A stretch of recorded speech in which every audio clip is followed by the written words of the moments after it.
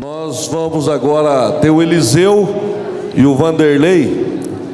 Então, quem quiser ir fazer algum questionamento, por favor, já se levante aí para o pessoal se localizar.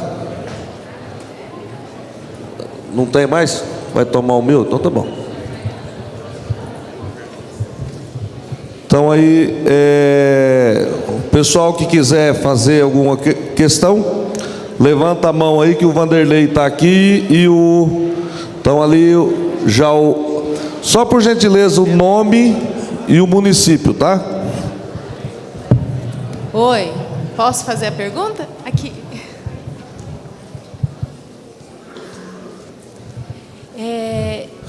Meu nome é Larissa, sou do RPPS de Sarandi.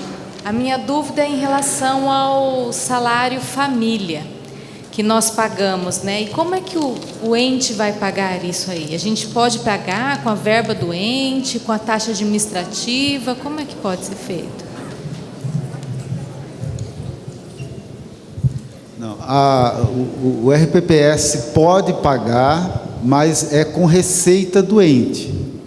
Então, o ente transfere para o RPPS mensalmente. Isso não entra na contabilidade do Fundo de Previdência, mas o Instituto pode pagar, sim, o salário família daqueles aposentados e pensionistas que se enquadram no conceito de salário família.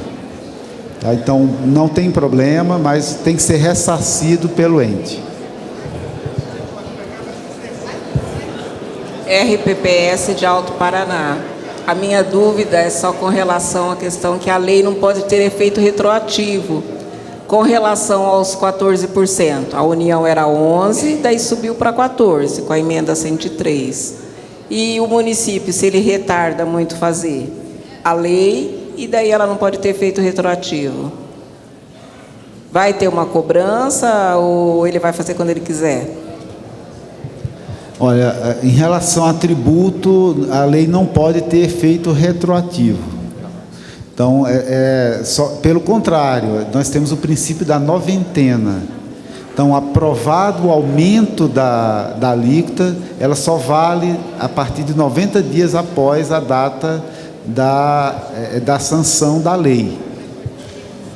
E até lá, continua cobrando a alíquota de 11%. Pode. Boa noite a todos. Meu nome é Valdeiro, sou do RPPS Xandirá. A minha dúvida, não foi citada ali, não sei se vai ser citada amanhã, é com relação ao empréstimo consignado. É uma modalidade totalmente nova, que antes era vedado, e agora abriu-se uma brecha ali, né? Algo muito interessante para todos os RPPS. Essa é a minha dúvida. Bem lembrado, é um ponto importante também que veio com a emenda 103, que é a possibilidade do RPPS fazer empréstimo consignado. Nós estamos, nesse momento, discutindo com o Conselho Monetário Nacional para alterar a resolução que trata dos investimentos dos regimes próprios, ou criar uma nova resolução específica para o consignado. Eu não sei qual vai ser a decisão do Conselho Monetário Nacional, mas eu acredito, a nossa expectativa era que já em janeiro a gente já tivesse a regulamentação, mas não foi possível. Acredito que de fevereiro não passa. Eu acredito que até o final do mês de fevereiro a gente já tem a norma regulamentando o consignado para o RPPS. Eu acredito que é uma mudança importante. No momento em que as taxas de juros, né, baixaram muito, está difícil para o RPPS cumprir meta atuarial. O consignado ele vem como uma opção interessante, né? O RPPS vai conseguir cumprir meta atuarial cobrando uma taxa de juros mais baixa que a de mercado, né? Ele só precisa ter cuidado para desenhar bem como vai ser a operação, como vai ser a gestão desse empréstimo consignado. O risco que existe na operação, basicamente, é o risco de morte, né? Não tem quando você olha para o aposentado e pensionista, é o próprio RPPS que paga, e mesmo do ativo é o ente que paga. Por outro lado, o RPPS tem um instrumento forte, que é o imposto de renda retiro na fonte dos aposentados e pensionistas, que ele pode usar como compensação de uma eventual falta de repasse do ente. Então, eu entendo como algo muito interessante, e eu acho que é algo, mas que vocês precisam começar a discutir o mais rápido possível, né? Nesse cenário do mercado, é um ativo muito interessante para os RPPS aplicarem uma parcela de seus recursos. A gente ainda não sabe qual vai ser o máximo que vai ser permitido. Acredito que deve ficar entre 20% e 30%. Boa noite. Só um pouquinho antes. Pessoal, só mais uma vez pedir a colaboração de vocês em relação aí. O pessoal faz a pergunta, o doutor Leonardo está tentando responder aqui, mas assim, está muita conversa paralela, né? Então fica difícil. Aí o pessoal fica dando sinal para mim aqui, né, que não está conseguindo ouvir devido à conversa paralela. Então, assim, alguém tem que ser chato, né? E hoje tem que ser eu aqui, porque, né? Mas assim, a gente. Só mais um pouquinho aí, terminar as dúvidas, aí nós vamos ali para o coquetel. Aí no coquetel vai ter som, vocês podem dançar, vocês podem conversar, fica à vontade. Mas aí mais uma meia horinha ali, vamos só dar uma seguradinha nas conversas paralelas, para que os colegas possam tentar tirar suas dúvidas aqui, tá? Obrigado.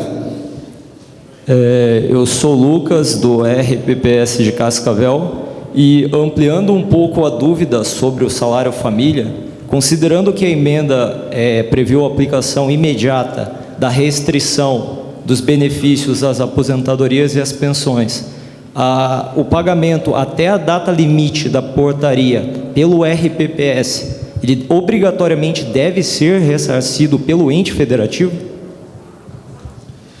Olha, a Secretaria não vai verificar nesse período anterior. Nós entendemos que até para continuar pagando, precisa de uma lei. O ente vai ter que aprovar uma lei. Então, eu recomendo fortemente a todos que aprovem uma lei definindo como vai ficar o salário família. Porque, como benefício previdenciário, ele não pode mais ser. Ele vai ter que ser um benefício assistencial do servidor. Então, esse prazo, como eu falei, inclusive foi dado levando em conta a necessidade de aprovação de lei e de adequação dos orçamentos dos diversos entes. Então, quanto antes aprovar a lei, melhor, mas nós só iremos exigir que o salário família não esteja na contabilidade do ente a partir de agosto deste ano. Boa noite, Silvana, do município de Almirante Tamandaré. São duas perguntas. Uma é a questão da aplicabilidade, se ela é imediata ou precisa de lei local para a questão da pensão e do abono permanente. A outra é, a Secretaria tem pensado em alguma coisa referente a limitar o número de parcelamentos? Porque a gente vê que cada renovação da CRP é feito um novo parcelamento. Bom, vamos lá. Sobre imagino que a pensão que você está falando é a acumulação, né? Acho que é esse ponto que você estava querendo saber, né? Se vai ter alguma norma, alguma orientação da Secretaria, se tem aplicabilidade imediata, né? Sim, a aplicabilidade é imediata, né, em relação às pensões. Qual foi o segundo ponto que você perguntou, além da pensão?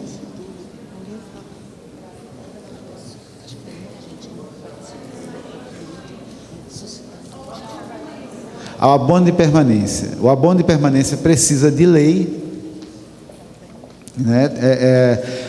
O ente precisa aprovar uma lei dizendo qual vai ser a regra de abono que ele vai ter. Já em relação ao acúmulo, não, ela é uma regra autoaplicável.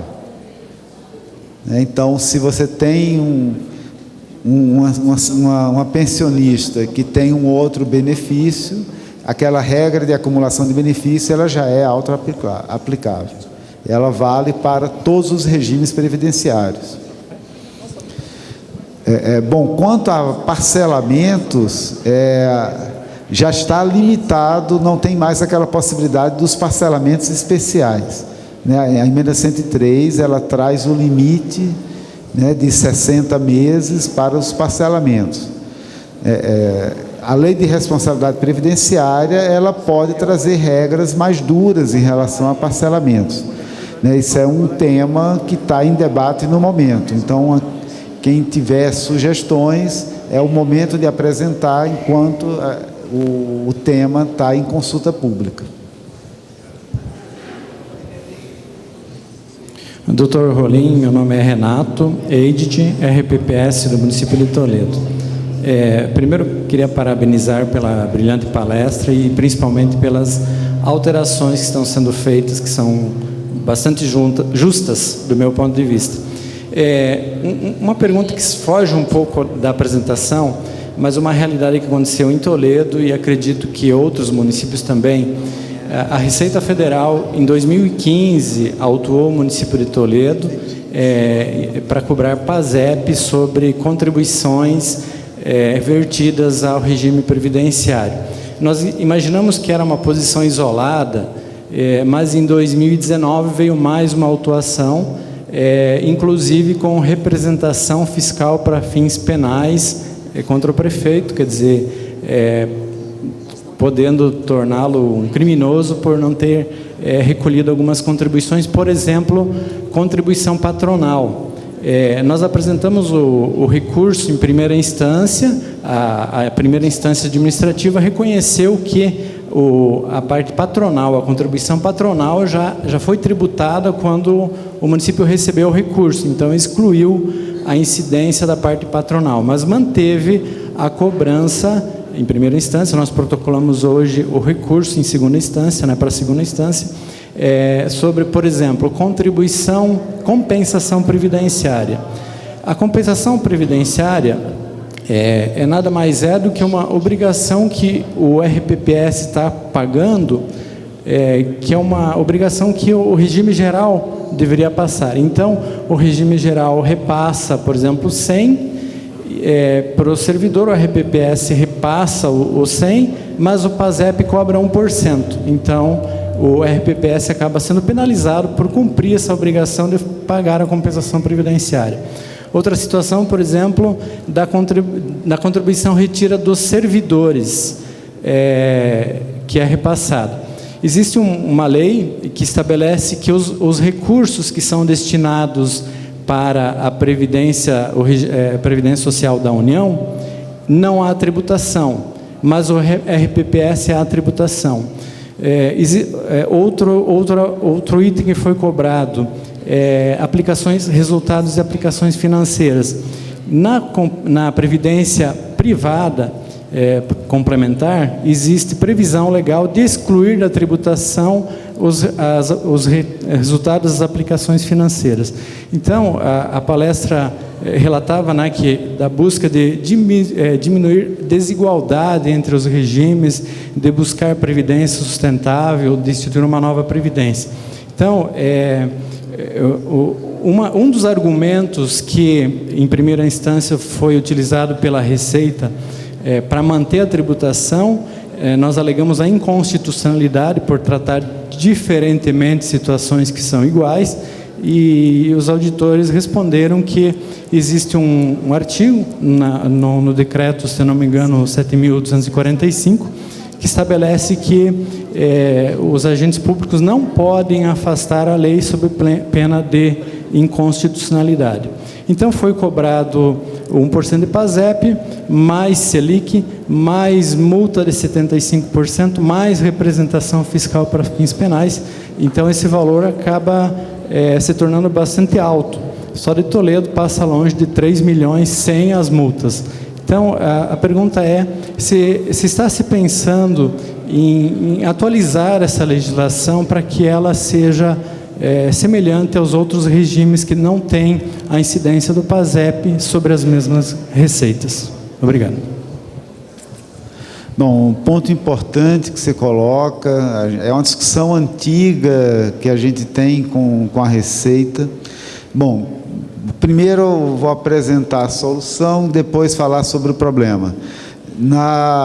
No projeto de lei de responsabilidade previdenciária, está se estabelecendo como será a cobrança de PASEP sobre RPPS. Então, o modelo que está lá é que a cobrança será apenas sobre o servidor do Instituto de Previdência, a equipe que trabalha no Instituto de Previdência, não vai ser mais para todos os segurados do regime próprio. Então, mantém então um PASEP, mais um valor infinitamente inferior ao que é cobrado hoje, que é a mesma lógica que se utiliza com as fundações públicas. A fundação pública, ela paga o PASEP só sobre a sua folha de pessoal, sua folha própria, da unidade, no caso da fundação, e aí seria da unidade gestora. O conceito que a Receita utiliza é o conceito de receita própria da unidade gestora. E aí isso é uma salada, varia de lugar para lugar o que eles entendem que é receita própria da unidade gestora. O que fala na lei do PASEP é que todas as autarquias, que o caso das unidades gestoras, a maior parte são autarquias, elas devem pagar PASEP sobre sua receita própria. Na minha avaliação, a única receita própria da unidade gestora é a taxa de administração. Então, eu entendo que, pela lei atual, deveria ser cobrado PASEP apenas sobre a taxa de administração. O que está sendo colocado na lei de responsabilidade previdenciária é ainda menos do que isso, né? É só sobre a folha da própria unidade gestora. Mas a Receita entende, aí varia de lugar para lugar, em alguns lugares, ela entende que toda a receita da Previdência é receita própria da unidade gestora, o que, na minha avaliação, é uma falha conceitual grosseira, porque a receita do fundo previdenciário não é da unidade gestora, é do fundo, que é um fundo especial do próprio ente. Então, nem a contribuição patronal, nem a contribuição do servidor, nem compensação previdenciária, nem aportes financeiros, nem aporte de ativo, nada disso é receita da unidade gestora. Tudo isso é receita do fundo previdenciário. Mas não é essa a interpretação que a Receita faz. Quando você chegar numa instância mais alta, a tendência deles é considerar, olhando o balanço da unidade gestora, considerar que toda a receita previdenciária é receita própria da unidade gestora e cobrar PASEP em cima de toda a receita, inclusive da receita financeira dos ativos aplicados no mercado. Então, com a lei de responsabilidade previdenciária, a gente resolve esse problema. Até lá, a gente vai ficar dependendo da interpretação da Receita do que é receita própria da unidade gestora. Aqui, Silvane Campo Mourão. Um questionamento. Um município que tenha déficit e que precise apresentar, tem o prazo aí para apresentar um novo plano de equacionamento, mesmo que ele aplique todas as medidas da reforma previdenciária, mesmo assim ele não encontra equilíbrio, ele apenas diminua o déficit. Este município poderá, um exemplo, não taxar os aposentados que recebem abaixo do teto? Ele pode propor isso? Vai ser a Secretaria Nacional que vai responder isso? Fica uma dúvida nesse sentido. A gente sabe que municípios terão a liberdade, porém, ao mesmo tempo, tem que apresentar um novo plano de equacionamento. Poderão municípios apenas reduzir seus déficits, não aplicando todo? Como que vai ser esse balizamento, essa análise? O município vai ter que equacionar o déficit. Agora, como ele vai equacionar é uma decisão dele. Se ele quiser colocar uma alíquota de 50% patronal e deixar do servidor em 14%, não cobrar nada do aposentado, ele pode. Desde que essa alíquota de 50% ele prove que, do ponto de vista fiscal, é viável para o município. Então, o município não é obrigado a cobrar a alíquota do aposentado e pensionista abaixo do teto do regime geral. É uma opção que ele tem, é uma opção para equacionamento do déficit, mas não é obrigatório. Ele tem a opção de colocar essa alíquota, ele tem a opção de colocar alíquotas progressivas. O que ele tem é que apresentar um plano de custeio que garanta que o sistema será equilibrado financeira e atuarialmente. Jaumir de Tunas do Paraná. Você demonstra ali vários tópicos de aplicabilidade a estados e municípios. Tá? Daí você fala que a maioria das coisas eu dependo de uma legislação local. Até mesmo para aumentar uma alíquota, eu dependo de uma legislação, de uma lei local. O que eu não consegui entender, em todas as vezes que eu li, já perguntei para muitos colegas meus, quando você manda um projeto de lei, ele pode ser votado a favor ou a Câmara pode votar contra. No caso da Câmara, votar contra, o que eu faço? Eu posso pegar e aplicar? Porque, pensando assim, quando você vai falar em aumentar uma alíquota, tá, os vereadores já começam a pensar que precisa de voto final do ano dos funcionários. Quando você fala em mudar regras das previdências, tá, como a PEC, ela seria muito mais simples se ela falar assim, aplica Estado, município, está resolvido, o prefeito baixa um decreto e valeu, tá? Ela deixa essas dúvidas. Eu preciso aplicar, porque eu posso ter consequências lá de não ter o meu CRP, tá? Eu preciso aplicar, tá? Mas eu dependo disso daqui, eu dependo da Câmara votar, que a democracia fala que você depende da votação do Legislativo. Que atitude nós tomamos no caso de a Câmara votar contra aquelas medidas que eu preciso tomar? Bom, deixa eu brincar uma coisinha aqui. Eu de 2013 a 2016 eu fui vereador. E uma das primeiras coisas que o vereador faz quando toma posse é botar a mão em cima da Constituição e jurar defender e cumprir o que está na Constituição. E a emenda simplesmente diz que a alíquota é de 14%. O doutor Leonardo vai explicar mais aqui, né? Só para quebrar o gelo aqui com o meu amigo Castor, presidente da Câmara ali, e os demais vereadores que estão aí no meio, que eu não sei, que está aí, tem bastante gente. O vereador tem que cumprir a Constituição. E a 103 é o quê? É uma emenda da Constituição. Então, assim, só uma brincadeira aqui, assim, para descontrair. Não é questão se o vereador vai aprovar ou não. Se ele jurou defender a Constituição e cumprir a Constituição, simplesmente é um marco regulatório que tem que votar para formalizar a questão. Mas aí o doutor Leonardo vai complementar aqui. Bom, acho que o Márcio já falou. Em relação a cumprir a alíquota de 14%, acho que não tem muito o que discutir. A outra opção que o ente tem é extinguir a sua previdência e deixar nas mãos da União, no regime geral. Porque o princípio da previdência, que está hoje mais claro, depois da emenda 103, é que cada ente tem responsabilidade sobre o seu regime. E cabe à União garantir que ele seja equilibrado financeira e atuarialmente. Cabe à União verificar o cumprimento da responsabilidade previdenciária.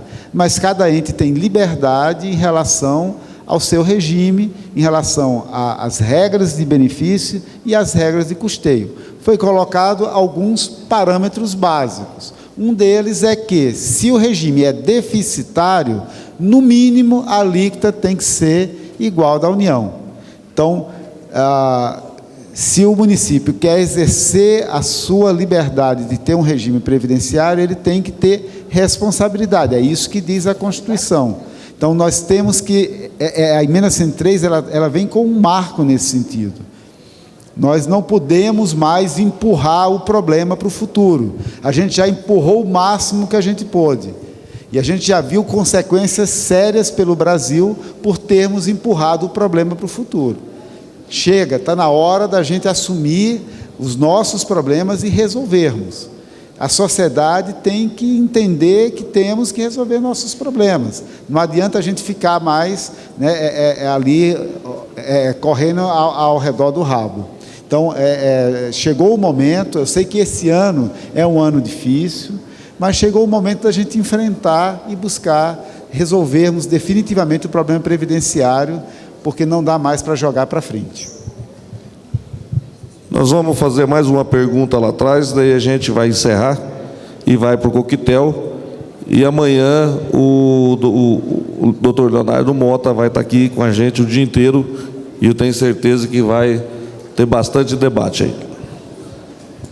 Eu pergunto da onde a Secretaria da Previdência retirou o prazo de 6 meses que consta na portaria para os municípios se adequarem. Porque a emenda constitucional não fixa prazo e também não fixa a penalização para os municípios com a perda da CRP. Bom, como eu falei, o prazo já foi uma interpretação que a gente deu de outros princípios constitucionais, como, por exemplo, a noventena, o princípio de que toda a receita e despesa tem que estar no orçamento e, portanto, você precisa fazer uma adaptação do orçamento em função dessas mudanças, né? Então, acho que esses são dois princípios, além claro, do princípio da necessidade de aprovação de uma lei para alterar alíquotas. Então, a partir desses princípios é que estimamos o prazo máximo que poderia ser dado para viabilizar o cumprimento do princípio constitucional da alíquota de 14% com esses outros princípios constitucionais. Daí que eu falei que esse é o prazo máximo que a gente pode dar, porque a gente já levou em conta, como eu falei, noventena, necessidade de adaptação orçamentária e necessidade de aprovação de lei.